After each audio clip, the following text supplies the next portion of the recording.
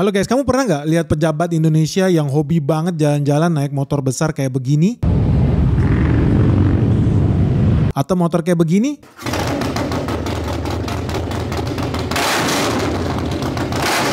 Atau yang touring seperti ini? Motor yang menjadi cita-cita ya mayoritas orang di Amerika Serikat, sebetulnya termasuk di Indonesia. Kalau lu seneng motor, pasti lu pengen punya yang namanya Harley Davidson. Saking hebatnya ya brand Harley Davidson ini, bahkan alien aja, Terminator turun jatuh ke planet bumi, hal yang pertama dia lakukan cari Harley Davidson.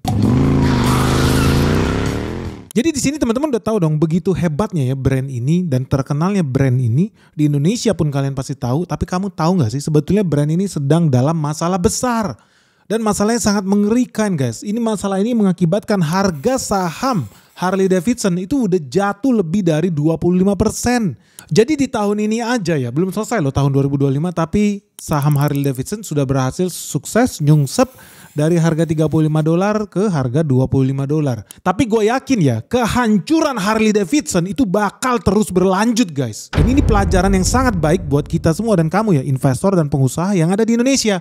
So kalau lu penasaran gimana sih gue bisa yakin Harley Davidson bakal makin hancur lebur harga sahamnya? Jangan di skip video ini, let's check this out. Jadi ya teman-teman, laporan keuangan tahun 2024 Harley Davidson itu udah keluar. Dan laporannya sungguh sangat tidak menyenangkan. Kenapa? Karena penghasilan Harley dari penjualan motor itu udah ngedrop lebih dari 60% dibandingkan periode yang sama di tahun 2023.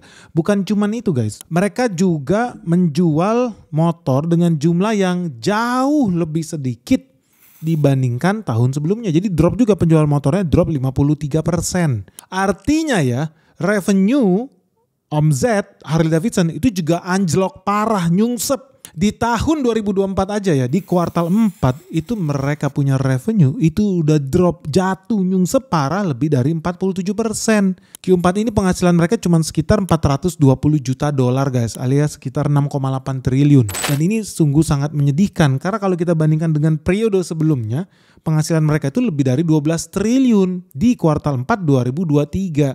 Artinya perusahaan bukannya menjual lebih banyak motor, tetapi mereka menjual lebih sedikit motor. Nah kalau kita bandingkan full year guys, lu tahu gak sih, lu jangan kaget ya by the way, bisnis motor Harley Davidson itu bisnis billion dollar bisnis loh. Karena kalau kita lihat di tahun 2024 aja, mereka punya penghasilan tuh lebih dari $5 billion guys. Atau lebih pasnya 5,187 miliar dolar. Jadi lu bayangin ya, 5.000 juta dolar alias $5 billion bisnis itu Harley Davidson. Ini bisnis yang gak main-main loh. Kita hitung itu sekitar 82,9 triliun ya, di kurs hari ini sekitar 16.500-an. Artinya bisnis mereka di tahun 2024 itu 82 triliun dan itu udah drop. Karena kalau kita bandingin di tahun 2023 penghasilan mereka itu ya sekitar 90 triliun. Jadi dropnya itu sekitar 10%-an. Jadi teman-teman kalau dibilang apakah Harley Davidson dalam kondisi yang baik-baik saja, tentu saja tidak. Ini mungkin juga ada hubungannya ya dengan karena ekspor Harley Davidson kalau ke Indonesia kan dipersulit ya. Pajaknya mahal, naujubillah guys. Jadi gimana caranya ya mereka bisa ambil keuntungan? Harusnya mereka ikut lobby Donald Trump tuh. Biar bebas tarif nih Harley Davidson masuk ke Indonesia. Lu setuju gak guys? Tapi ntar orang Jepang jerit-jerit lagi. Tapi itu kan cuma soal omzet. Kalau soal motorcycle-nya, kendaraannya sendiri itu gimana guys? Kamu tahu gak sih, di tahun 2024 menurut Harley Davidson sendiri, mereka hanya berhasil mengirim 148.000 sepeda motor di tahun 2024 ke seluruh dunia. Dan ini sebuah penurunan yang luar biasa guys, karena kalau kita bandingkan di 2023 ya mereka jual itu sekitar 180.000 sepeda motor. Tapi di 2024 full year hanya 148.000 sepeda motor. Dan ini bukan cuma di Amerika doang loh. Penurunan penjualan motor Harley Davidson itu terjadi di seluruh dunia. Jadi berdasarkan data kalau kita lihat di laporan keuangannya Harley Davidson, penjualan di Amerika turun 13%. Di Eropa, di Timur Tengah, di Afrika turun 7%. Penjualan di Asia Pasifik, di sini masuk juga Indonesia, turun 26%. Dan di Latin Amerika atau Amerika Selatan itu turun 7%. Jadi dari sini kita bertanya-tanya guys ya, ada apa ya dengan Harley ya? Selama ini kan dianggap sebagai motor yang paling hebat, paling mewah, paling premium, cita-cita semua anak laki-laki ya naik Harley Davidson. Tapi ternyata kalau kita ngobrol apakah artinya bisnisnya bagus? Enggak juga. Ternyata ya bisnisnya nyungsep. Penyebabnya apa? Dan ini bukan terjadi di Amerika doang, tapi di seluruh dunia.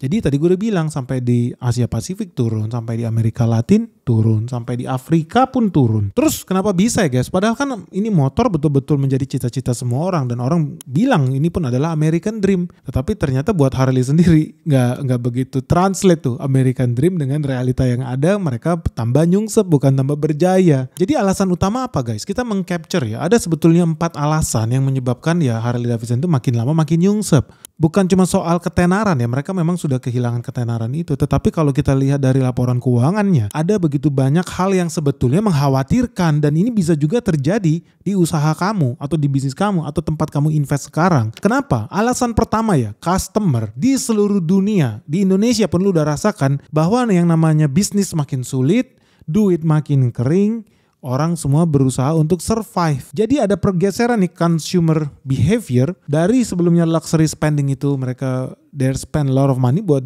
buying useless thing. Sekarang mereka enggak. Mereka sekarang financial survival. Mereka berusaha bisa survive aja udah bagus. Boro-boro mikir luxury spending buat survive aja sulit. Apalagi berdasarkan hasil survei, mayoritas orang yang berusia 21 sampai 34 tahun ini anak-anak muda, mereka itu kalau dulu beli motor itu kan mikirnya ini hobi. Ini motor ini keren, motor ini canggih, motor ini kencang, tapi nggak lagi.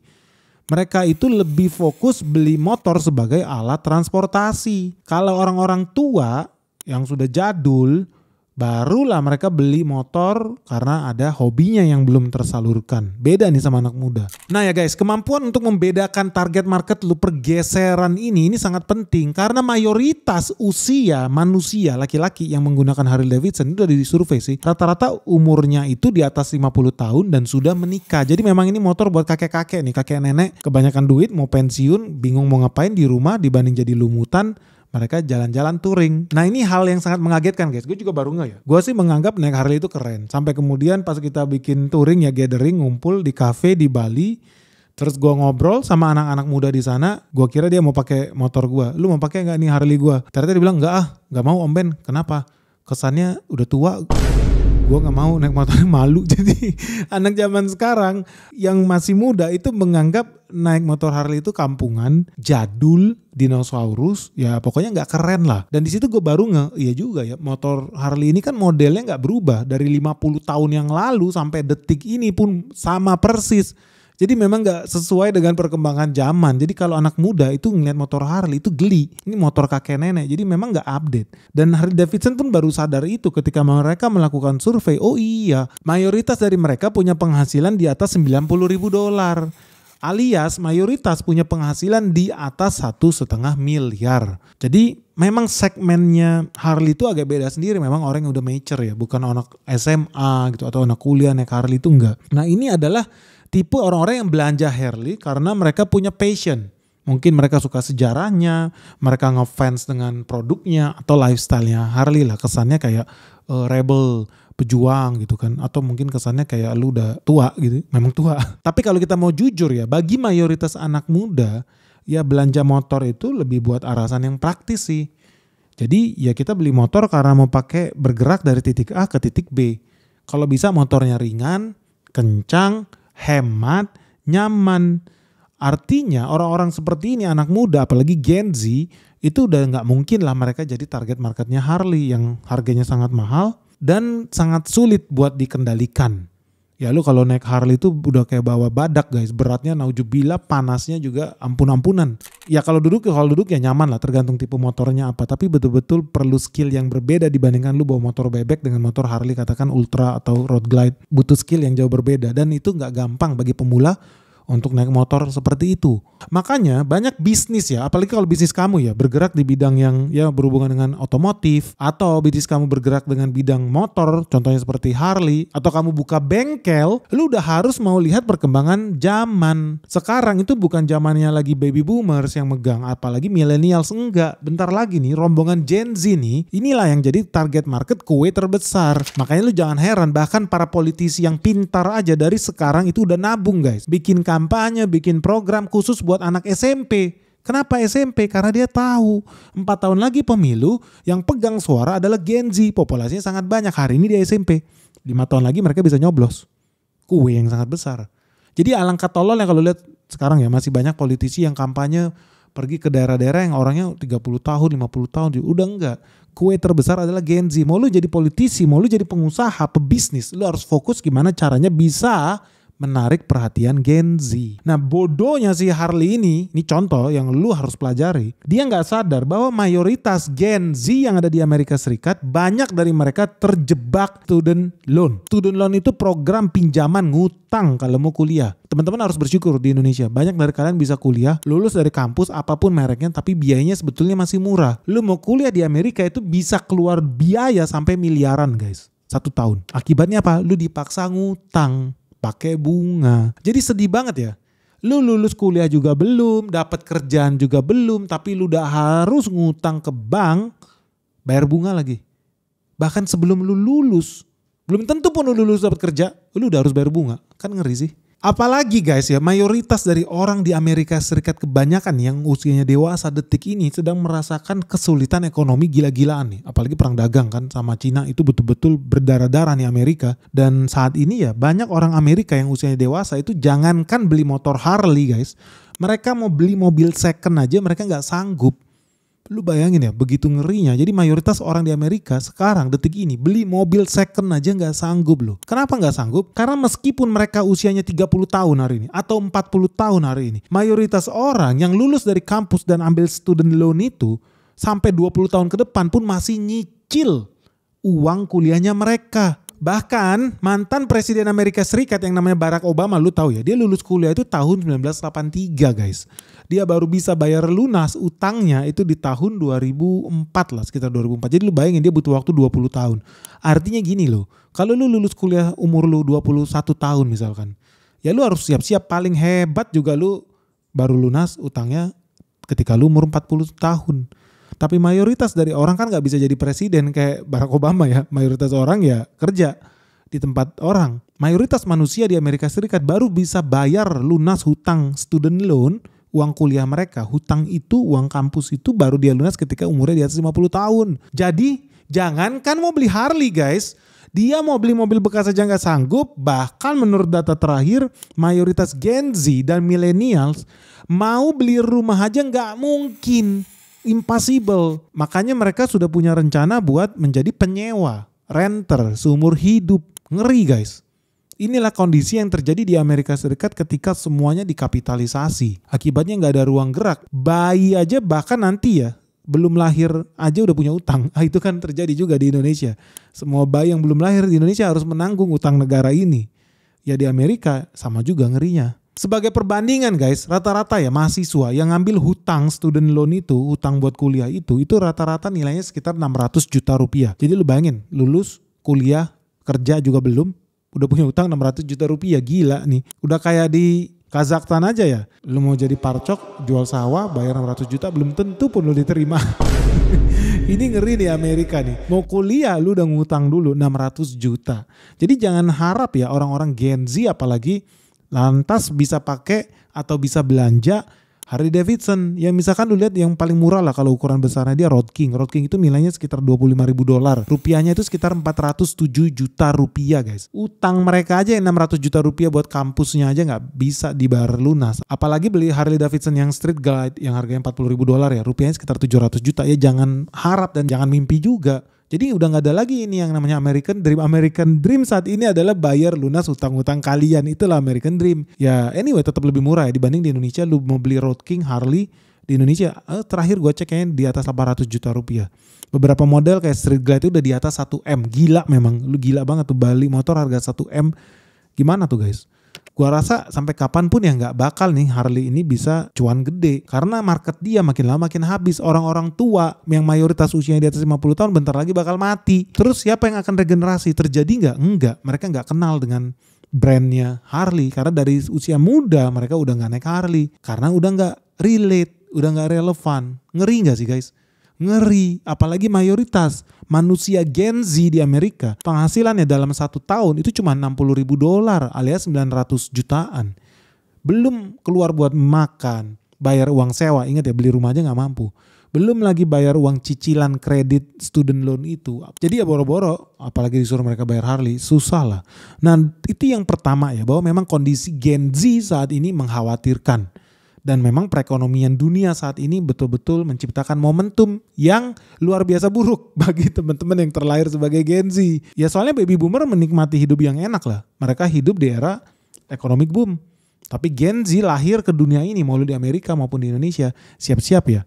Mayoritas dari kalian akan kesulitan cari kerja, mayoritas dari kalian kesulitan keuangan, mayoritas dari kalian akan jadi pengangguran. Itu fakta.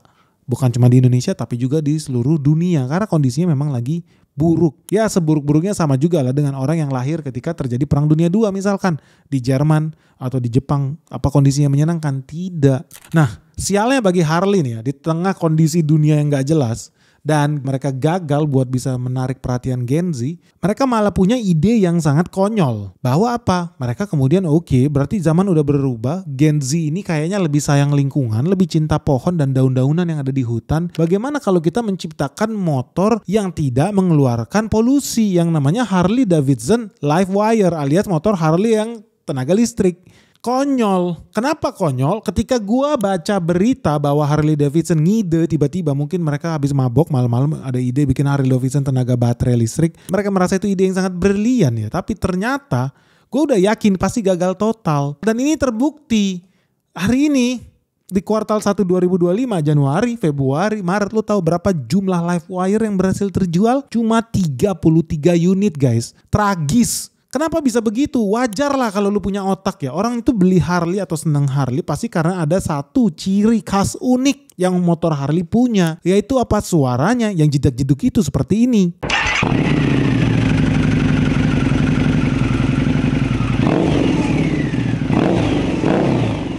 Ketika motor begitu lewat, lu udah yakin lah, lu gak usah nengok pun tahu yang lagi lewat itu Harley. Kemungkinan besar pun Harley, gak mungkin Indian ya atau Kawasaki Vulcan atau apapun, gua rasa enggak. Langsung lu pasti tahu itu Harley.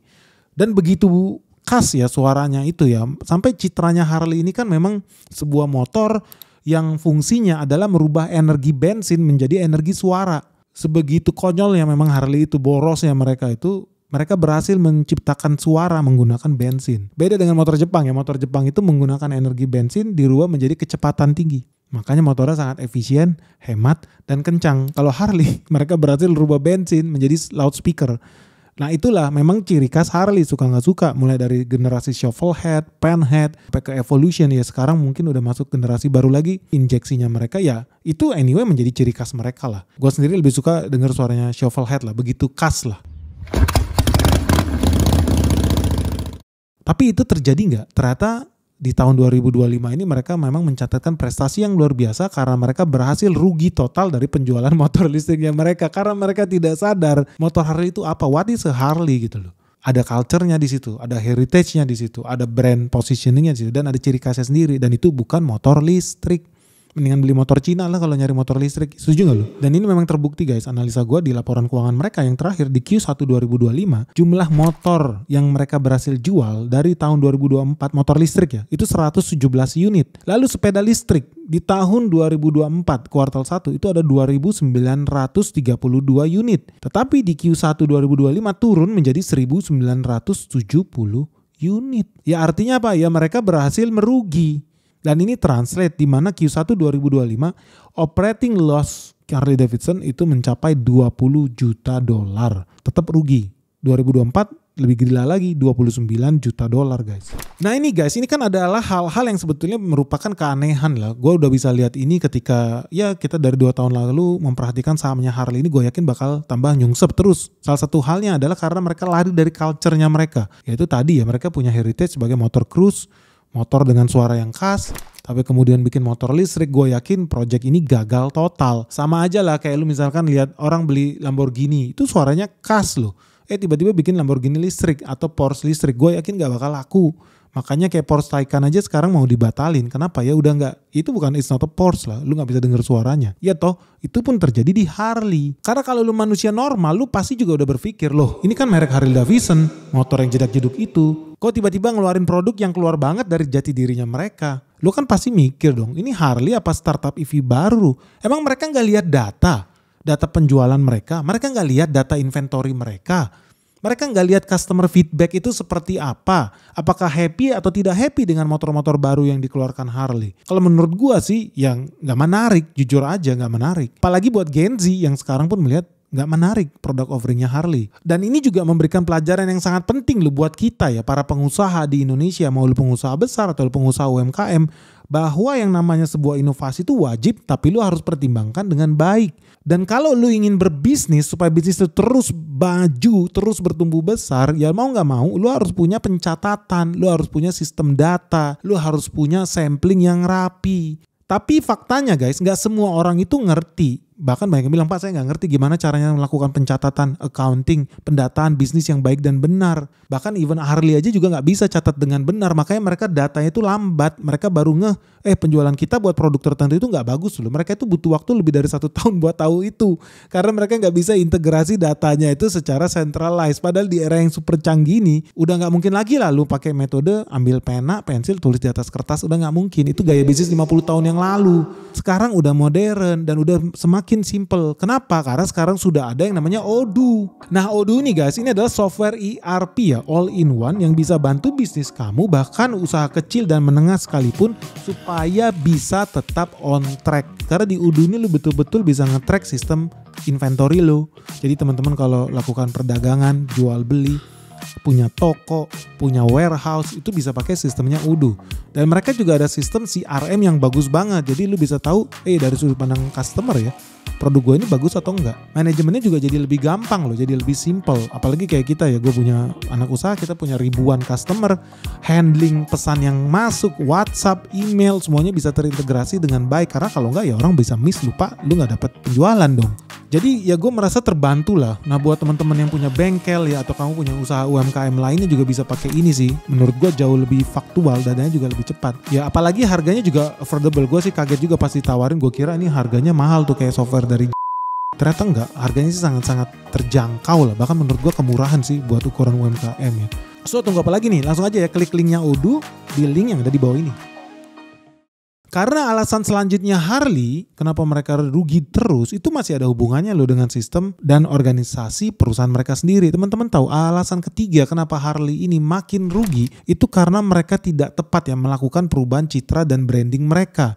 Mereka nggak siap, yang sebelumnya program mereka ada program Rewire, mereka mau jadi Hardwire. Nah teman-teman tahu program Rewire-nya Harley Davidson itu sebetulnya cukup oke. Pas gue baca ya, ini sekitar tahun 2000, sebelum tahun 2020 lah. Itu mereka pengen merubah ulang, merestrukturisasi sistem pola pikir mereka, sistem produksi mereka, supaya lebih relevan dan efisien. Faktanya berhasil atau enggak? Efisien dari segi mesin, ya mesin mereka makin efisien, itu jujur.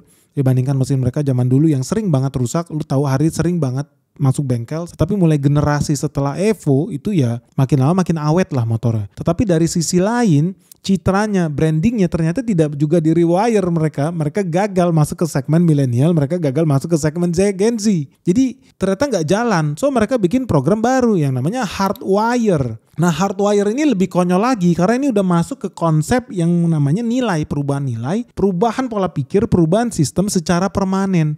Padahal yang di rewire kemarin aja sebetulnya nggak berhasil banget, menurut gue bahkan gagal.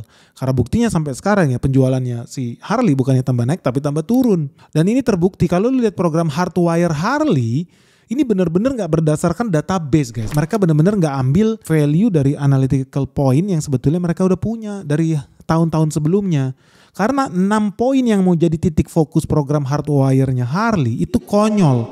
Pertama, Harley harus investasi lebih banyak di segmen yang lebih profitable. Kedua, Harley harus ekspansi ke segmen bisnis baru.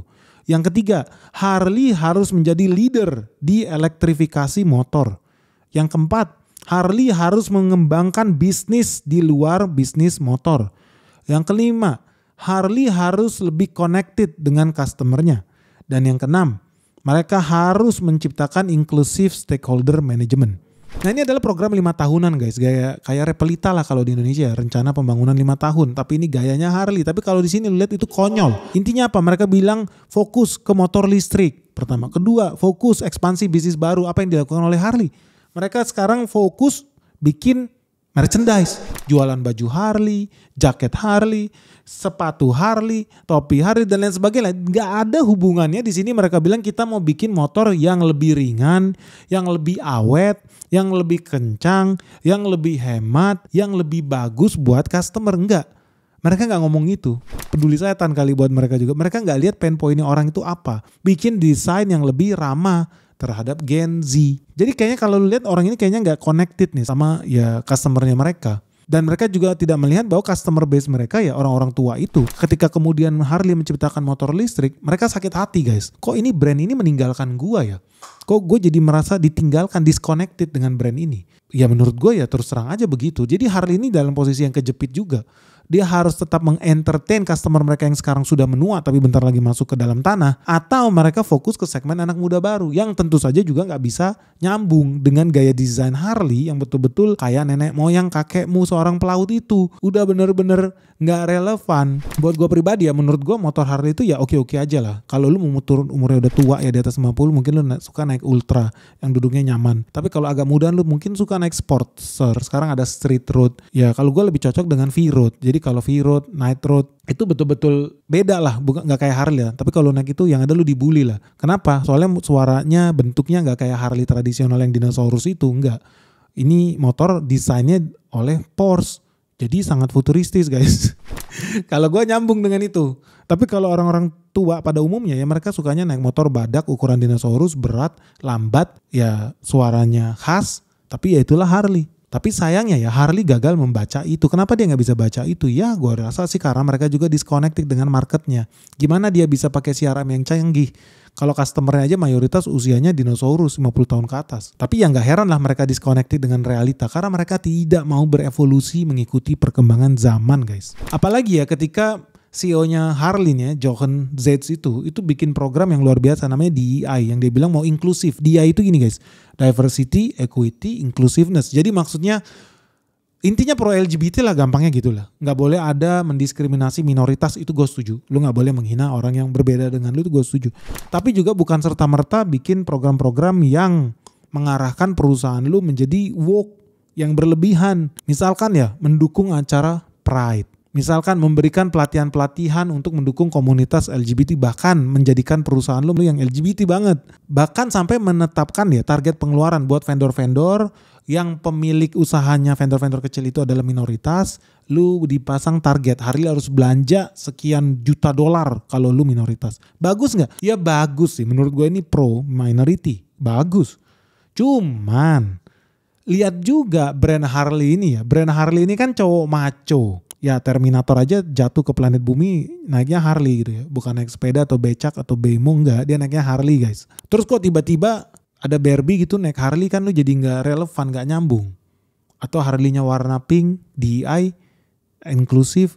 Ya kayaknya gak nyambung. Ini bukan brand fashion. Ini bukan brand makanan atau apa. Ini brand Harley yang memang identik dengan cowok banget gitu. Tiba-tiba lu bisa brand lu nempel dengan nilai-nilai LGBT ya menurut gua gak pas lah. Bukan artinya gue anti dengan orang-orang atau bisnis yang mendukung usaha-usaha minoritas ya. Enggak. Tapi ya Harley juga sadar juga bisnis mereka itu bisnis cowok banget gitu loh. Bukan bisnis yang kecewek-cewekan. Enggak. Bisnis yang cowok banget. Dan ketika mereka meninggalkan nilai-nilai itu ya harus siap ditinggalkan customernya juga. Terjadi gak? Terjadi guys. Jadi faktor CEO itu juga penting dalam menentukan keputusan berinvestasi kamu.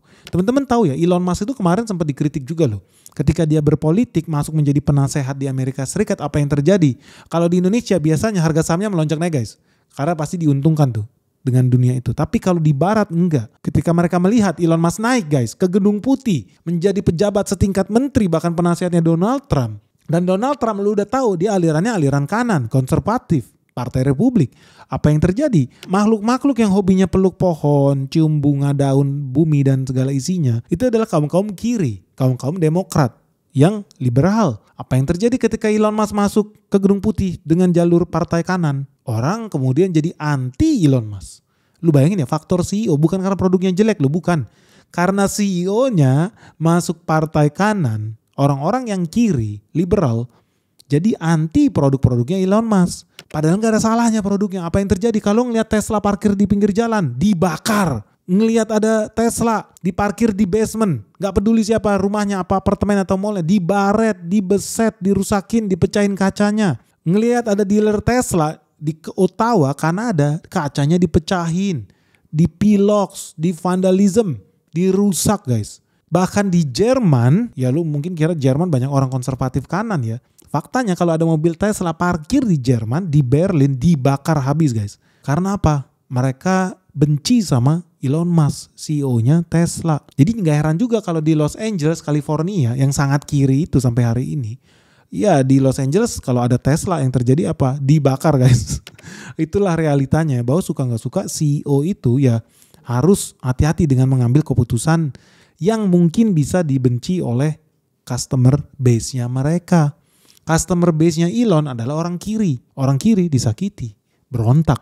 Customer base-nya Harley adalah pria-pria jantan maco, cowok banget. Ketika dibikin program-program LGBT di Harley, mereka jadi sebel. Jadi guys, ini adalah alasan ya kenapa gue melihat selama si Z ini pun masih akan di Harley, gue melihat arah perusahaan ya tidak akan bergerak ke arah yang lebih baik lah. Menurut gue sih bakal makin challenging. Apalagi sekarang udah ada program-program perang tarifnya Donald Trump dan gue gak melihat Harley Davidson tuh lobby. Dia harusnya lobby ke Donald Trump. Hey Donald Trump, marahin dong pemerintah Indonesia. Kok bisa motor Harley kena pajak sampai 200%, 300%? Ya wajar aja lah karena Jepang pengennya berbisnis dengan santai di Indonesia. Ya jadi makanya di negara-negara yang kehadiran motor Jepangnya itu menguasai, pasti motor-motor made in Amerika, motor-motor made in Eropa dipersulit untuk masuk guys. Ini sesuatu yang sebetulnya bisa dimanfaatkan oleh Harley Davidson. Nah menurut kalian gimana guys? Harley Davidson udah terjepit nih di negara asalnya sendiri. Sebentar lagi pun bisa jadi mau bangkrut. Menurut kalian ya, Harley Davidson ini masih punya harapan gak nih buat survive, buat menang, buat mengambil hati Gen Z? Atau mungkin ini sudah waktunya ya buat motor Harley pamit, karena mereka gak relevan lagi dengan perkembangan zaman. Wah, ya kaget juga sih kalau seandainya lu nanti lihat Harley tahun depan atau 3 tahun lagi udah gak ada suara, semuanya udah pakai baterai. Agak aneh gak sih? Jangan-jangan bukan Harley. Kalau mocin sih bisa jadi ya. Menurut kalian apa sih alasan keempat kenapa Harley Davidson bakal makin nyungsep? Atau justru menurut kamu Harley Davidson dalam 5 tahun ke depan malah makin berjaya? Yuk langsung segera sharing ya komentar kalian, tanggapan kalian di kolom di bawah ini. Dan jangan lupa like and subscribe videonya Benix. Oke guys, semoga video ini bermanfaat. Salam sehat, salam cuan, bye-bye.